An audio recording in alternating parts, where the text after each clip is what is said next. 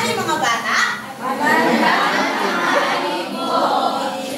Ayan, so bago tayo magsimula sa ating aralin, tingnan muna natin po ano ang mga alituntunin na dapat natin sundin sa ating silid-aralan. Makibasa nga, Leia ang una.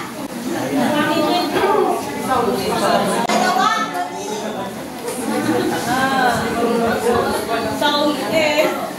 ikatlo, Lord. Ika-apat, makibasa nga, Faye. Ika-lima, Rosie, makibasa nga. Favorite. I can see I do. And I don't know how to read. Because I don't know. Ika-lima, Sita, makibasa nga.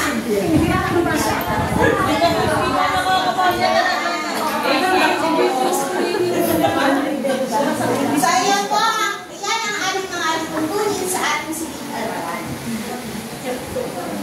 So, dapat natin tandaan yan mga bata, ha? Opo.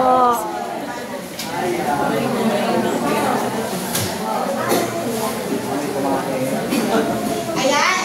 So, ating basahin ang mga lalunod ng ating aralin. Pakibasa nga, Jen, ng ating unang lalunod. Okay, pangalawa, mabigkas ang tunog ng titik, F. Ikatlo, may isulat ng maayos at tama ang malaki at maliit na titik, F. Ika-apat na layunin natin ay makapagbigay ng mga salita na nagsisimula sa tunog ng F. At ang ikalima ay makalahok sa masaya at interaktibong gawain upang mapalalim ang kaalaman sa titik, F. Ayan. So, kamusta ba kayo? Ayan. Kayo ba ay masaya? Sino dito ang mga masasaya? Sino ang malungkot? Si Angie. Bakit ka malungkot, Angie? Ilang taon? Kayo po, bakit po kayo masaya? Nakita niyo yung Taas ang kamay? Lancha lang.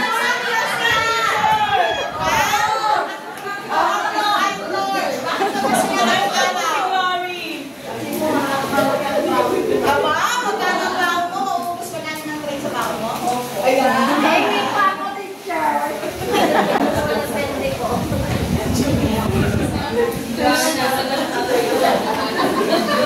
Wala, ikaw ba yan?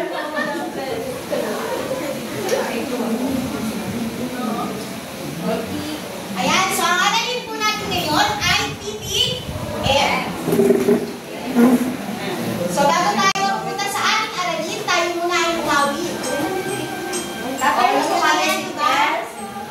Wait lang. Wala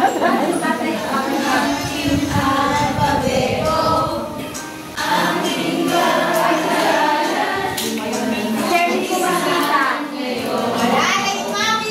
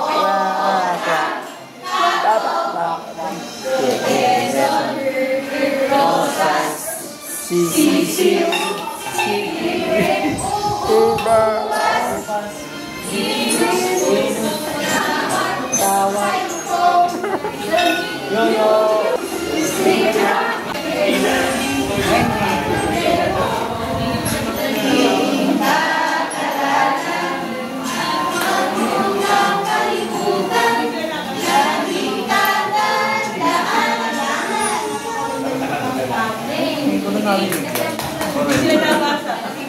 Nabasa. English speaking.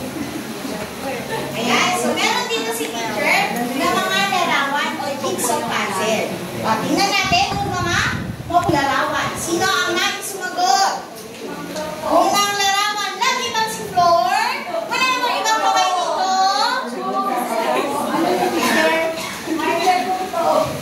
Ayan, so identify dito sa Isara.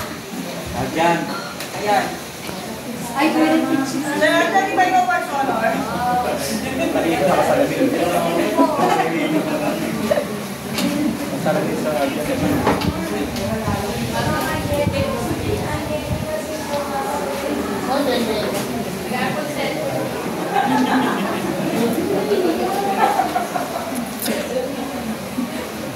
Ayan, idikit mo nga dito ang larawan mo.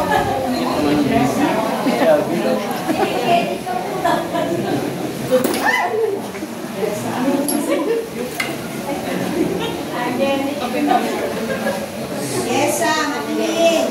Napakaliling mo.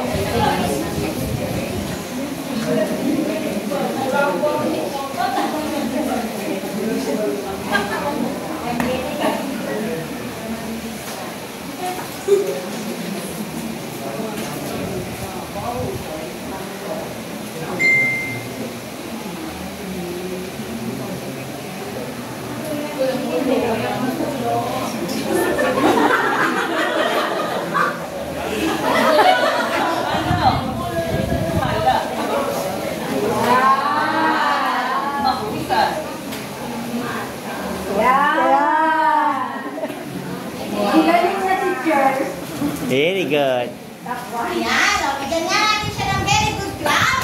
1, 2, 3. Very good. Good job.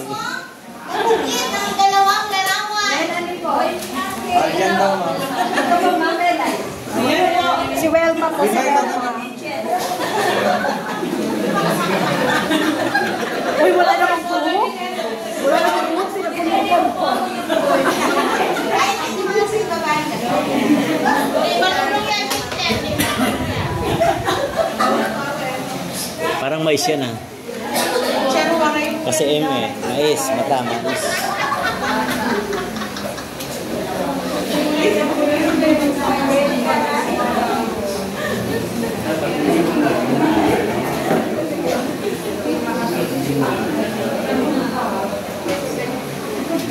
Talagang talaga yung teacher gumawa.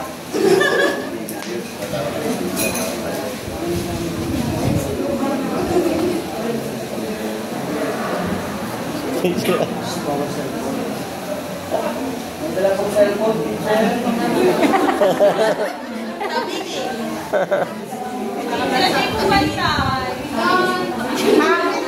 Hindi talaga siya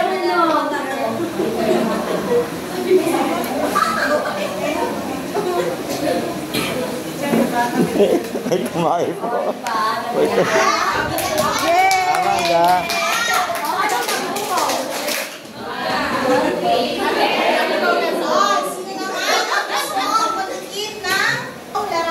Si Arjan daw, ma'am. Si Aljan po. Si Aljan.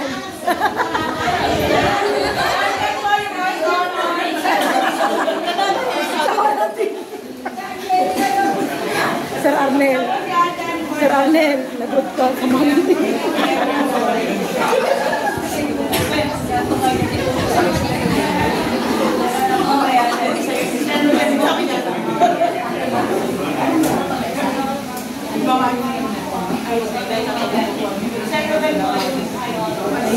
Mangga na lang,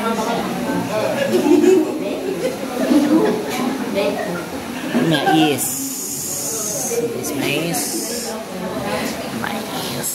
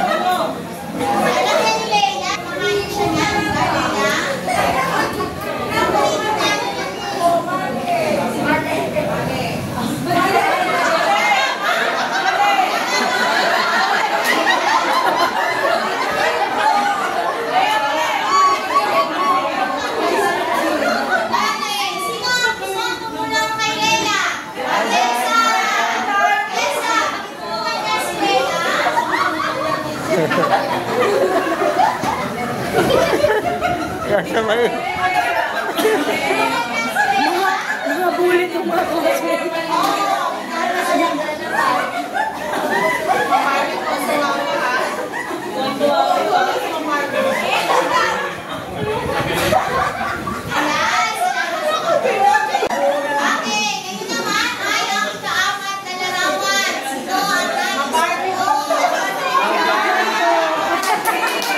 Ayan po.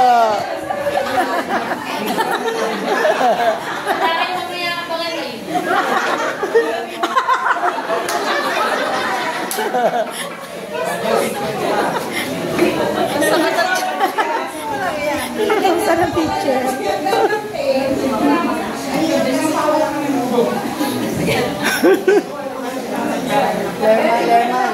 Lerman. Ano yung matanda? Eme. Para si Pete ang nagpapal sa TV. Matanda. Nanti. Masaya.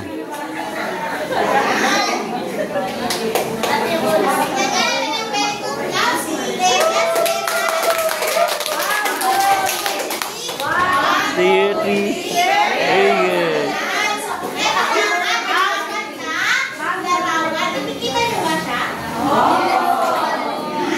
So, ano ang unang larawan na ating nabili? Ang tutulit kapag alam nyo ang sagot ay itaas ang inyong kamay. O, presenta. Mata. Ito po ba? Ito po.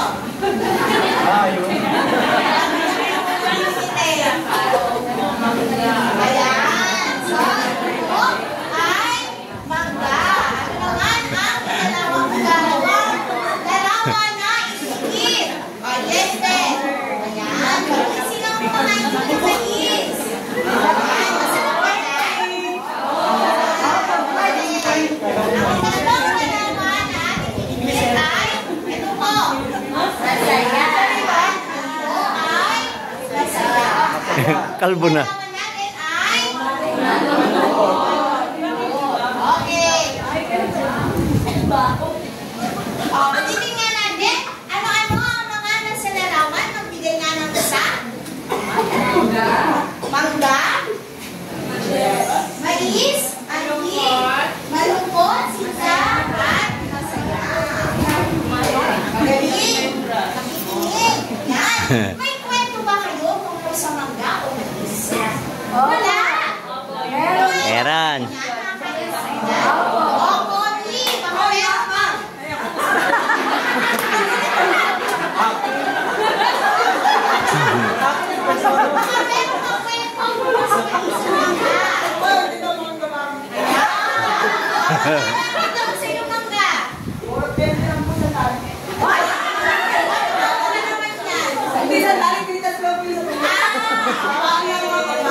Okay. Sino pa ang may kwento tungkol sa mangga o mais? Meron ba kayo pa-share?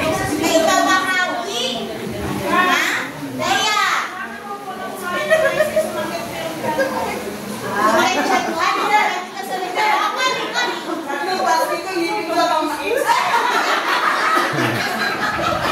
Napakasaya naman ang kwento.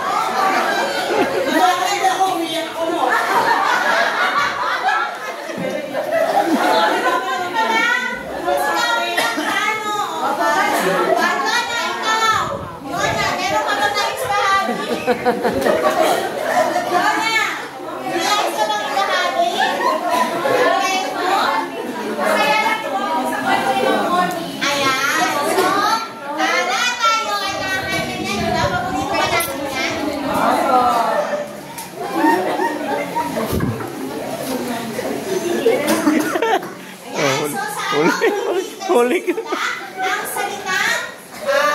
Ang salitang mangga, Titik. is masaya at malungkot. Ayan. Ang saya mo ay nagsisimula sa titik.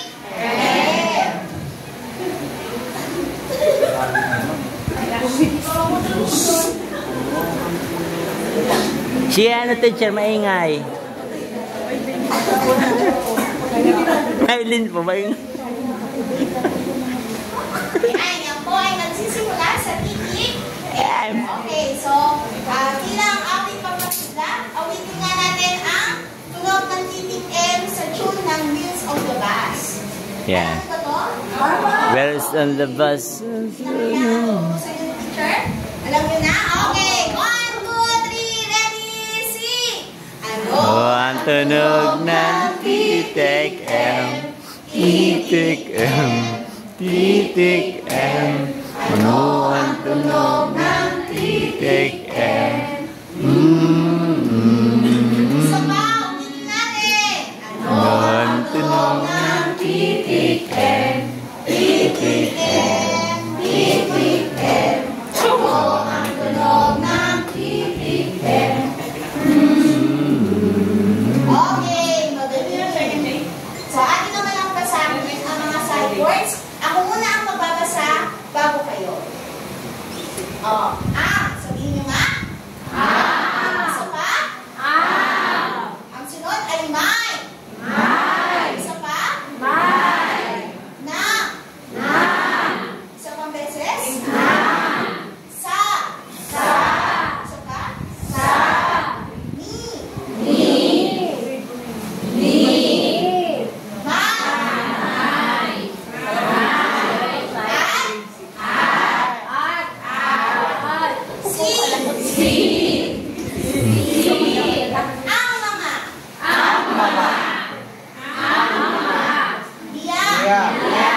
Okay, dito nga sa group 2, basahin nga natin ng malakas ng 3 beses ang mga side words. Go!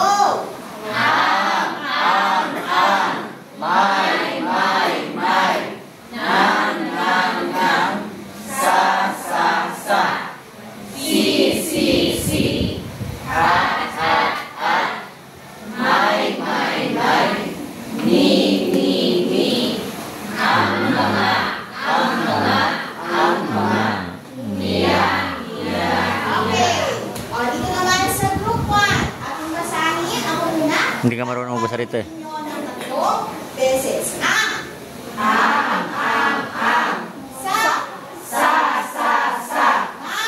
May. Nang. Ni. May. At. Si.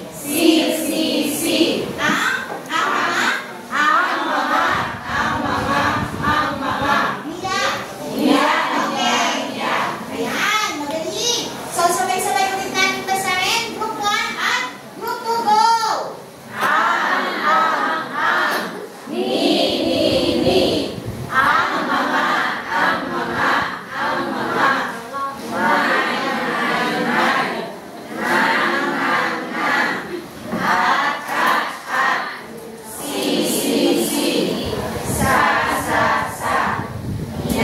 Yan. Ayan. So, lagi natin tatandaan ang mga side words na ating binasa. Okay, so ngayon naman, may babasahin si teacher na isang kwento. Handa na ba kayong makinig? Okay, so ang pamagat ng ating kwento ay ang puno ng mangga. May isang puno ng mangga sa bakuran ni Lita. Tuwing tag-init, ito'y hitig sa matatamis na bunga. Isang araw, may mga batang pumitas ng hilaw na mangga at itinapon lamang. Sinabi ni Lita, hintayin natin yung hinawang mga mangga para mas masarap at pwede natin ipahagi. Sumang-ayon ang mga bata. Nang mahinog ang mga mangga, sama-sama nilang pinitas at masaya nilang pinagsaluhan. Okay, so sino ang nais bumasa ng kwento sa ikalawang pagkakataon? Sir Ruben po. Sir Arnel po. Sir Arnel po. Nakibasa na po? Lerma? Ano naman ako matakot? Nakalimutan ko lang yung mga Antilan, nakibasa? Okay.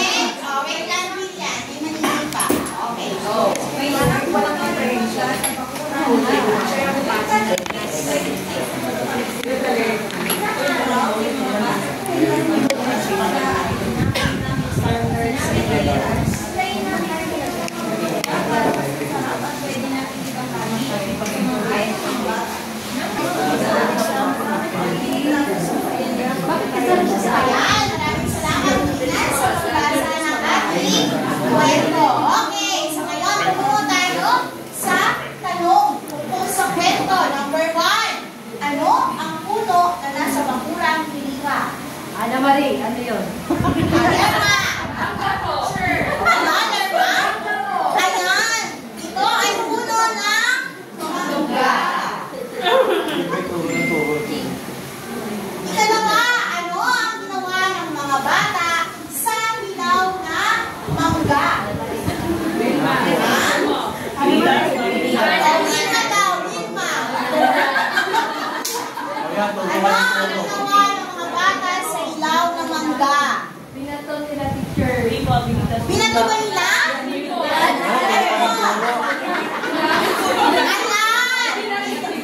Oo nga! Nakikinig si Wilma. Yan. So, ito po ay itinapon lamang.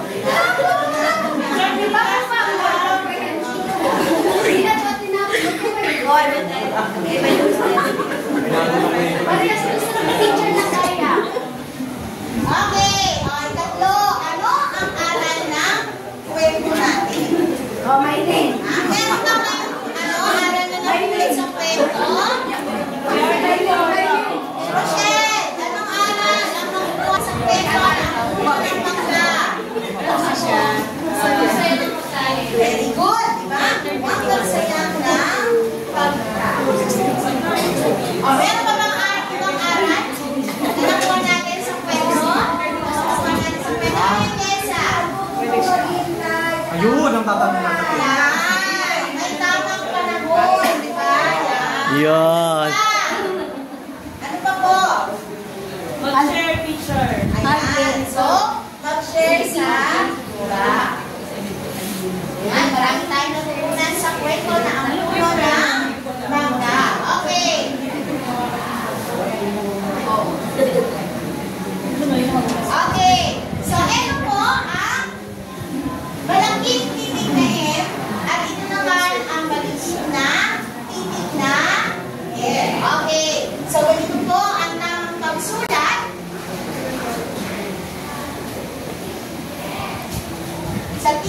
Sa malaking titig na M. 1, 2, 3, 4.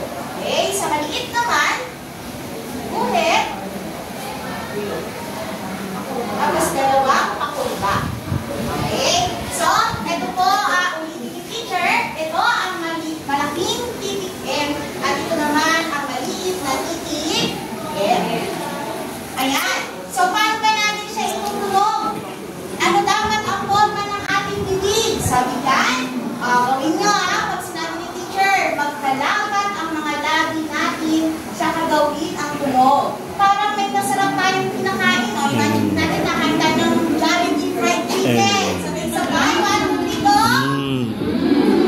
Nakita nyo nga sa kaklase nyo? Isa pa! Ayan. Diba? Isipin nyo lang may kinakain sa'yo masarap. Kaya kayo ay nakaka? Okay. So, tignan ko ang tunog ng titig M. Okay. Pagkitin nga natin ang 3 beses na ang tunog ng titig M. 1, 2, 3, go! Pagkitin natin, no? Okay. So, ito na nga yung mga larawan na nagsisimula sa titig o may tunog na. Okay. Tingnan nga natin kung ano ang mga larawan na ito. Ano kaya yung larawan na yan? Pilik mata. Pilik mata.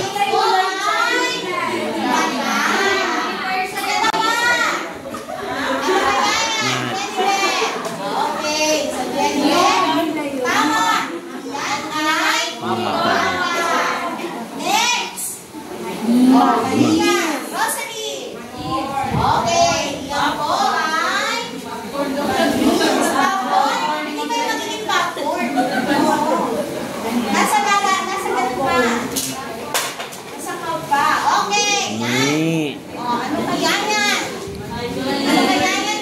Ano kaya yan? Ayan. Yan po ay mali. Ang susunod na larawan kaya? Alam mo ba yan? Josa? Mesa. Okay. Yan ay Jessa.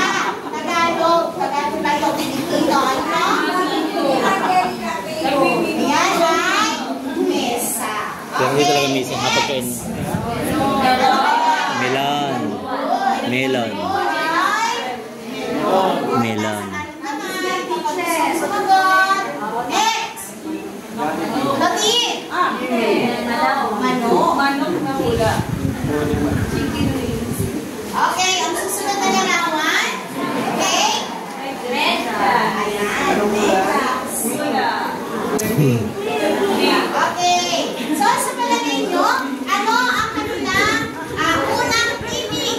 Magkakapareho ba sila ng unang titig? Papa. Oo. Ano ang unang titig nila? Titig ha? Ano? Okay. Titig.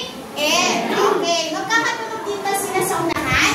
Ano ang tunog nila sa unahan? Persia. yan. Ano ang pangalan ko? Ano ang tunog nila? Saan sila nagsisimula? Yan. Ayan. Ayan. So, yan po ay nagsisimula sa tunog na. Okay. So, dito naman, alin sa mga salitang ito o larawan, alin sa mga larawang ito ang may tunog na pwede ka kayo tumapit dito sa laptop ni teacher at inyong tinugan. Teacher lahat yan. Malung.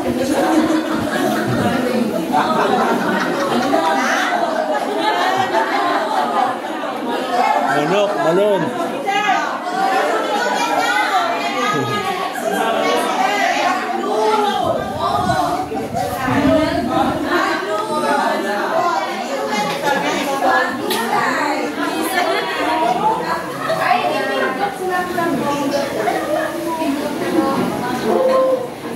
Tama ba ang kanyang bilinugan?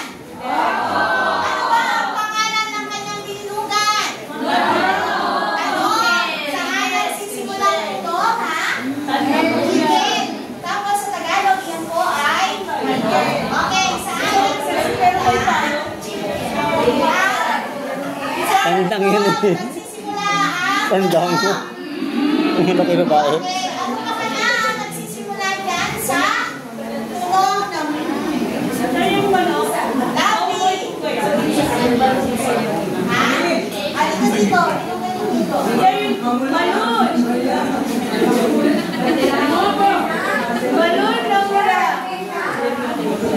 Ayan. So, ano ang pangalan ng kanyang binugan? Tama ba ito? Saan ulit tunog nagsisimula ang mesa? Okay. O, ano ang natitigang larawan? Balon.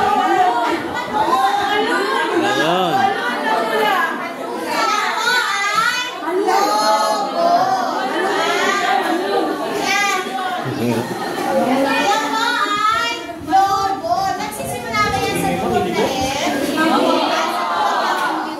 Okay, nagsisimula ba yan sa titik na M? Hindi. So, yan po ay hindi nagsisimula sa titik na M. Dahil yan ay nagsisimula sa titik na M.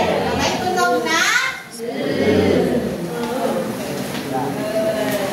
okay, sa ating pagsasanay, pumili kayo ng inyong partner.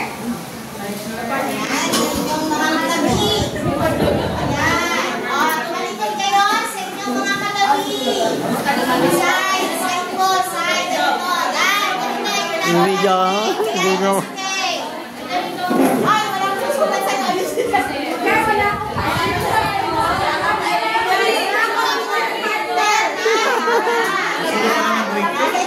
Ha? Nagtaka si Lerma. Grade 2. Gayahin si Faith at saka si Lerma. Clara, daliri. Daliri. Daliri. Malaki ha. Malaki yung titigil sa kanyang litrato. Sabay-sabay tayo. 1, 2, 3, go. 1, 2, 3, 4. Maliit naman. Go. 1, 2, 3. Maliit naman kayo. Maliit. Namasahe na lang sir. Ano maganda? Maliit.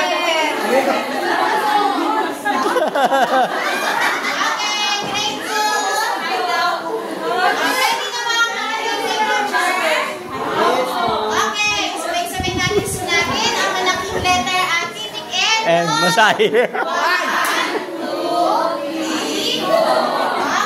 ang maliit na titik M. 1, 2, 3, go!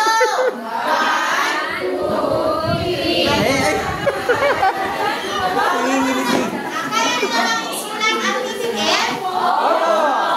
Kaya nyo lang isulat ang titik M? Ayan, sino ba? Bukan mo na na. Hindi yan uwi. Ang dapat mo ang likod niya. Ayan. So, ngayon naman, wala siyang bola. Paper ball. So, ipapasa natin ang bola sa inyong kaibigan. Kahit kanino yung gusto mong ipasa. Okay?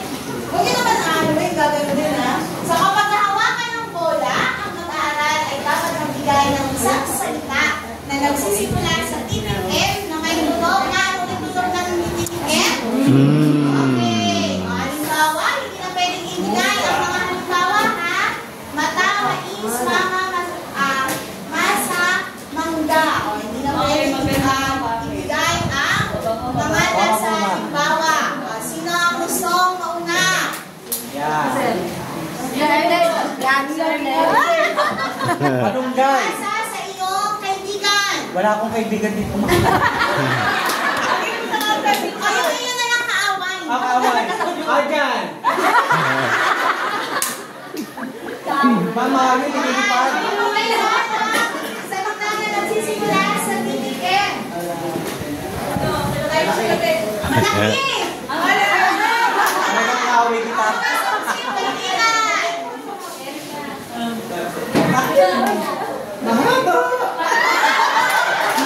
Malaki mahaba. Malapit na, pakita na rin. Okay, mahaba. Very good. Malit.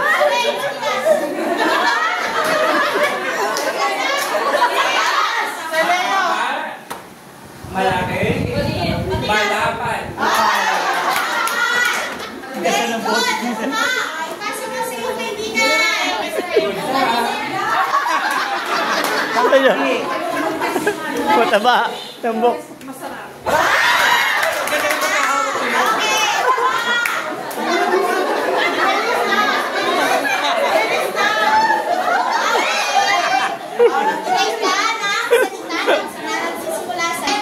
Saya pala. Grade 2 ba talaga?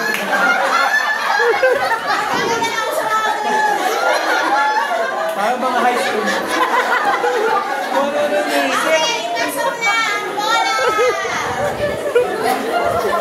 Sa'yo. Sa'yo. Sarap. Baho. Baho. Baho. Mahihingin. Ayan. Usaha na usaha. Malidi. Ang lidi. Ang gano'n niya. Magbigay